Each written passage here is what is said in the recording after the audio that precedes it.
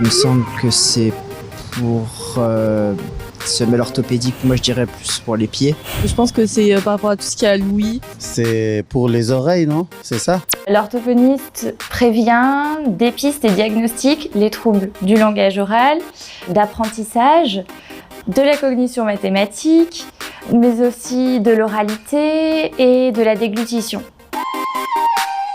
Alors généralement avec des enfants. Parce que du coup, quand il y a les troubles du langage, on a tendance à vouloir régler ça assez tôt. Pour moi, c'est pour les jeunes, c'est quelque chose qui se décèle assez rapidement. L'orthophoniste s'adresse à tous les âges de la vie, du nourrisson à l'enfant, l'adulte et la personne âgée. On peut intervenir auprès d'un nourrisson, par exemple, qui aura des difficultés d'alimentation parce que né prématurément ou parce qu'il sera porteur de la trisomie 21, par exemple.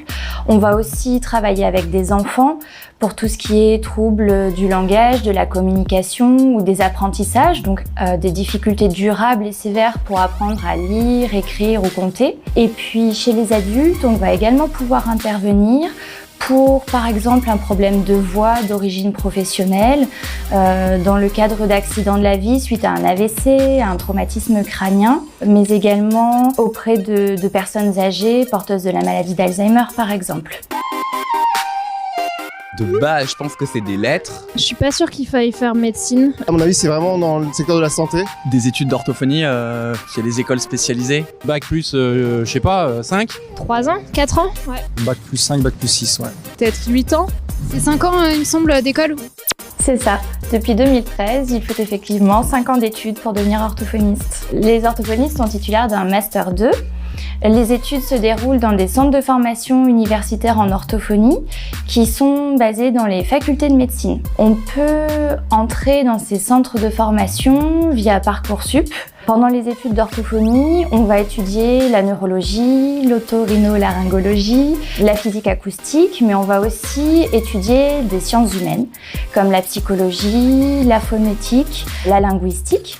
Et puis on va étudier tout ce qui a trait au champ de l'orthophonie, l'évaluation en orthophonie, les maladies auxquelles l'orthophoniste peut être confronté, le suivi en orthophonie, la prise en charge en orthophonie. C'est peut-être libéral, je sais pas. Indépendant. Je dirais qu'il est auto-entrepreneur. C'est une profession libérale, sûrement. L'orthophoniste peut avoir plusieurs statuts. Il peut travailler en salariat dans un établissement médico-social ou médical.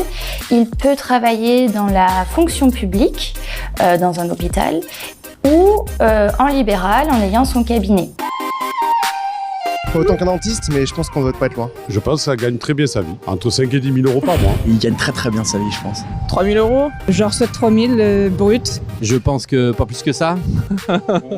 Alors, le revenu des orthophonistes va varier en fonction de leur statut. Aujourd'hui, par exemple, dans la fonction publique hospitalière, un orthophoniste qui débute sa carrière va gagner 1 470 € net mensuels.